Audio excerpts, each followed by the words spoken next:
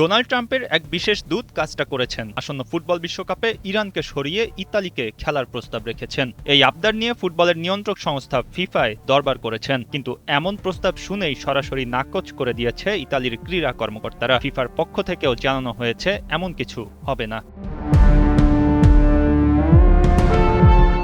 ইরানে চলা যুদ্ধ পরিস্থিতি নিয়ে নানা রকম আলোচনা আছে। তারা বিশ্বকাপে খেলতে পারবে কি পারবে না তা নিয়ে আছে নানামুখী জল্পনা। এর মধ্যেই যুক্তরাষ্ট্র প্রেসিডেন্ট ডোনাল্ড ট্রাম্পের বিশেষ দূত পাওলো জাম্পোলি এমন প্রস্তাব দিয়ে বসলেন, যা নিয়ে কয়েক দফা সমালোচনাও হয়ে গেছে।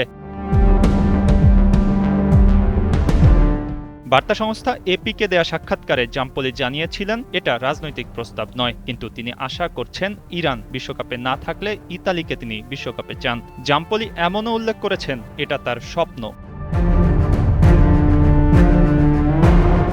ইতালি একরকম লজ্জাবোধ নিয়ে এসব প্রস্তাবে না মত দিয়েছে। দলটি মনে করে এটা কখনোই সম্ভব না। পাশাপাশি এটা কোনো উপযুক্ত কাজও মনে করে না তারা। টানা ৩ বার ধরে তারা বিশ্বকাপে কোয়ালিফাই করতে ব্যর্থ হয়েছে।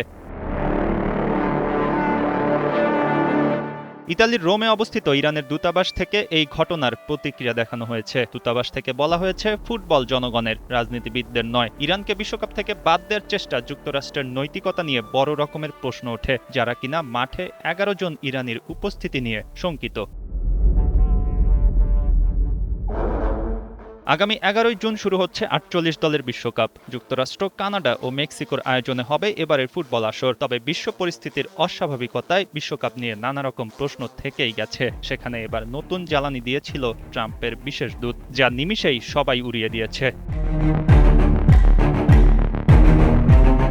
মঈন হাসান, ৭১।